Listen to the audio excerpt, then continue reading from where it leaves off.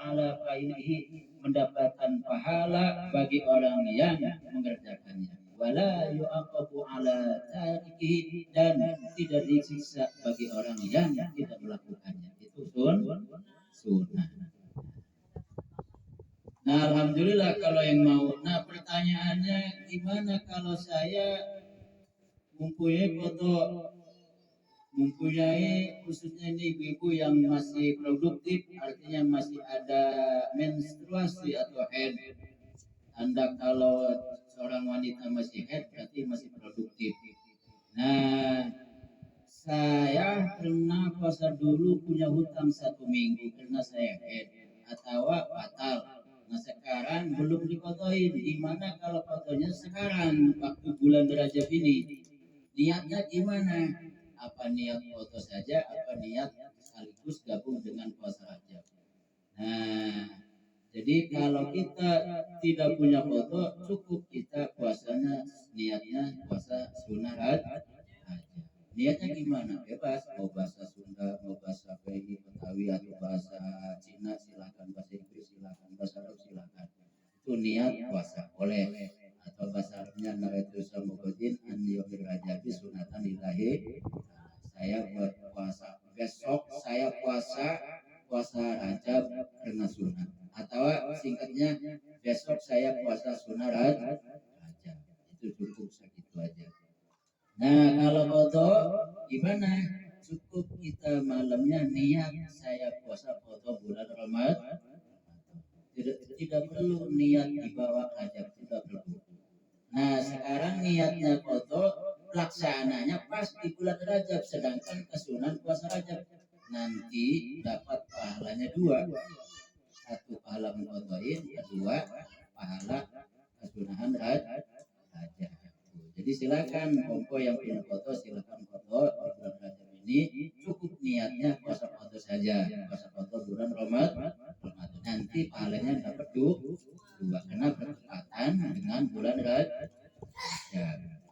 Atau cowok lah kita punya utang gara-gara minum es aqua atau batal kenapa belum datang bulan Ramadan, fotoin dikala kita sudah masuk bulan Ramadan belum difotoin, nanti wajib foto terus dan wajib bayar fidyah 1 hari 1 liter beras.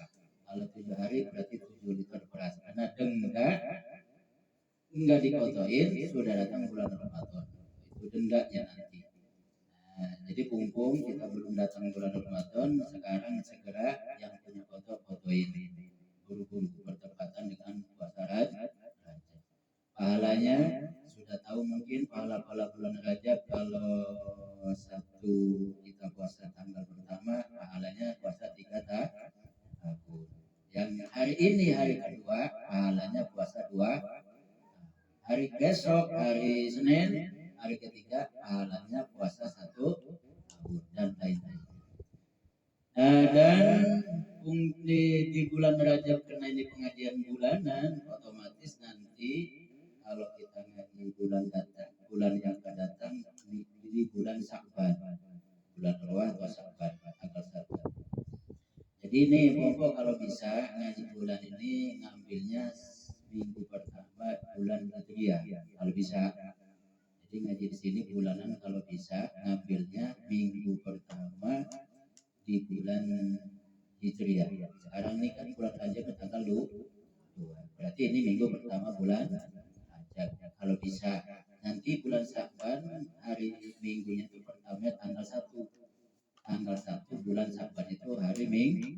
Nanti pengajiannya itu hari Minggu tanggal 1 Sya'ban kalau bisa. Kenapa? Karena saya di majelis saya setiap minggu pagi mengadakan pengajian khusus tentang sholat, dan liburnya 1 bulan 1 kali karena ada pengajian di tetangga yang bulanan.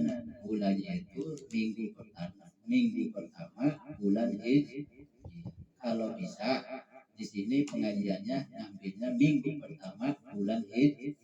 Hijriah itu Muharram, Safar, Maulid, Silimulud, Jumadil Awal, Jumadil Akhir, Rajab, Sya'ban atau Ramadan, Syawal, Sisawal, Haji itu bulan Hijriah. Itu dia. Apal enggak? Enggak lupa. Yang hafal bulan nasional bulan Masehi ya. Kalau Januari, Februari, April itu namanya bulan Masehi. Bulan yang kaum Nasrani. Masehi itu Nabi Isa alaihi salam. Itu Masehi yang di internasional, nasional makanya kalender Masehi, kalender Nabi Isa alaihi salam. Kalau Hijriah, kalender Nabi Muhammad sallallahu alaihi wasallam. Gak masalah, semua juga sama, itu ciptaan Allah Subhanahu wa ta'ala. Cuma kalau bulan Masehi nasional patokannya matahari, kalau Hijriah patokannya bulan. Sehingga ada perbedaan antara tanggal 1 Ramadan, ada yang hari ini, ada yang hari Senin, itu jangan kaget. Nah, jadi para jamaah, selain kita dianjurkan tentang puasa Rajab, dan di bulan Rajab itu ada kejadian Isra wal Mi'raj Kanjeng Nabi Muhammad sallallahu alaihi wasallam. Isra wal Mi'raj, Isra adalah perjalanan malam Nabi Muhammad dari Masjidil Haram sampai Masjidil Aqsa. Nah, Mi'raj naiknya Rasulullah dari Masjidil Aqsa ke langit pertama, kedua, ketiga, keempat, kelima, keenam, ketujuh sampai lewat ke Sidratul Muntaha. Itu jadi Isra mah perjalanan Rasulullah dari Masjidil Haram sampai Masjidil Aqsa Palestina. Kalau Mi'raj perjalanan Rasulullah dari Masjidil Aqsa sampai ke langit ketujuh bahkan lewat. Itu Mi'raj. Nah, hukumnya gimana kalau orang yang tidak percaya tentang Isra wal Mi'raj? Kalau orang Islam yang tidak percaya dengan Isra, perjalanan Rasulullah dari Masjidil Haram sampai Masjidil Aqsa, itu murtad. Na'udzubillah min dzalik, summa na'udzubillah min dzalik. Murtad itu apa? Murtad itu keluar dari Islam. Kalau mati haram disolatin, haram dimandiin, haram dikubur di kuburan orang Islam. Dikuburnya itu di kuburan itu Santiong, Cina, gabunginnya. Nah, kalau murtad, na'udzubillah min dzalik, dan abadan abidin selamanya di neraka. Itu orang murtad. Kalau tidak maka kalimat syahadat lagi. Tapi kalau masa syahadat lagi balik lagi ke Islam. Jadi kalau orang tidak percaya perjalanan Rasulullah dari Masjidil Haram ke Masjidil Aqsa, hukumnya murtad. Karena Allah yang langsung menyatakan bahwa Kanjeng Nabi itu Isra, dijalankan oleh Allah dari Masjidil Haram ke Masjidil Aqsa.